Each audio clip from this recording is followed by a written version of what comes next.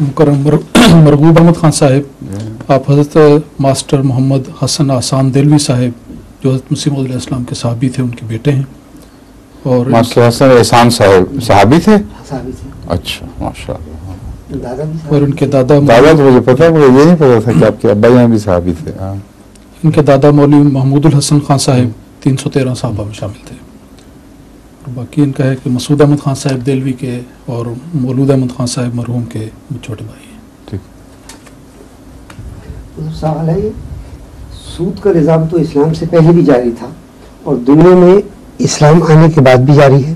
کیا کبھی ایسا زمانہ آیا ہے کہ دنیا میں سود کا نظام بالکل نہ تھا اور لوگوں کی ضروریات بہتر طریقے سے پوری ہو رہی تھی جس سے آئندہ کے لیے امید ہو سکتی؟ حضرت آدم کے زمانے میں نہیں تھا سود، جہاں تک مجھے یاد ہے تاریخ انسانیت وہ زمانہ صاف تھا سود پہ، ٹھیک ہے، اور رسول اللہ علیہ وسلم کا قائم کردہ معاشرہ سود سے پاک تھا. آگے عبد الباری ملک صاحب، ان کے والد صاحب مکرم ملک عبد الخالق صاحب ہیں. ایک پہلو رہ گیا آپ کے سوال کے جواب کا کہ اشتراکیت نے غیر سودی نظام کو نافذ کر کے اندرونی طور پر اس سے اپنے نظام کو تقویت دینے کے لیے کسی حد تک فائدہ اٹھایا ہے، لیکن وہ جو اجتماعیت تھی دولت کی، اس کے نتیجے میں سودی نظام کا نہ ہونا فائدہ نہ دے سکا ان کو، کیونکہ اس کے برعکس ایک قسم کا ایسا کیپٹلزم ابھرا ہے جس میں ہر دوسرا فرد مٹ گیا. تو یہ ایک دھوکہ ہے کہ وہ کیپٹلزم نہیں تھا. اسٹیٹ کیپٹلزم اور انڈیویڈول کیپٹلزم یہ ہے ہمیشہ جو مقابلہ رہا ہے ان کے درمیان.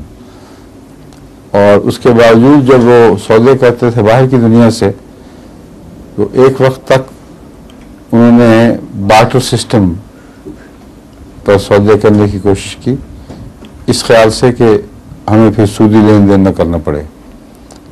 مگر بارٹر سسٹم جو ان کا چل رہا تھا، یعنی تبادلہ اشیاء، بجائے اس کے کہ پہلے قیمتیں مقرر ہوں اور پھر ان کو آپس میں ہاتھ بدلے جائیں. وہ کہتے ہیں تبادلہ اشیاء مطلب ہے کہ گوشت کے بدلے کپڑا دے دو، کپڑے کے بدلے مشین دے دو. یہ بھی ایک ایسا سسٹم ہے جو قدیم زمانے میں رائج تو تھا، مگر جب تک قیمت مقرر نہ کی جائے دراصل تبادلے ہو نہیں سکتے. تو عملاً وہ قیمتیں مقرر کرتے تھے اور سود کا طریقہ انہوں نے کچھ اور بنا لیا تھا. یعنی اگر فوری ادائیگی ہو تو یہ، تاخیر سے ادائیگی ہو تو یہ. تو اس قسم کی حرکتیں جو پرائیویٹ بزنس مین، انفرادی طور پر آزاد تاجر جو روس سے توجیہاتیں کیا کرتے تھے، وہ بتاتے تھے کہ ہم سے کئی طریقوں سے یہ سود کے نہ ہونے کے باوجود سود وصول کر لیتے ہیں.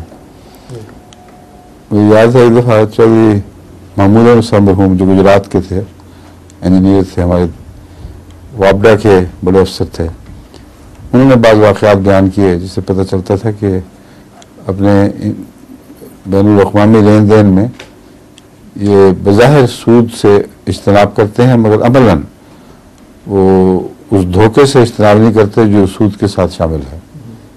سمجھے؟ تو بہرحال جہاں تک ظاہری نظر کا تعلق ہے، سودی نظام اور اشتراکی نظام اکٹھے چونکہ چل نہیں سکتے، اس لیے بہت سختی کے ساتھ انہوں نے اندرونی سودی لین دین کی مخالفت کی ہے.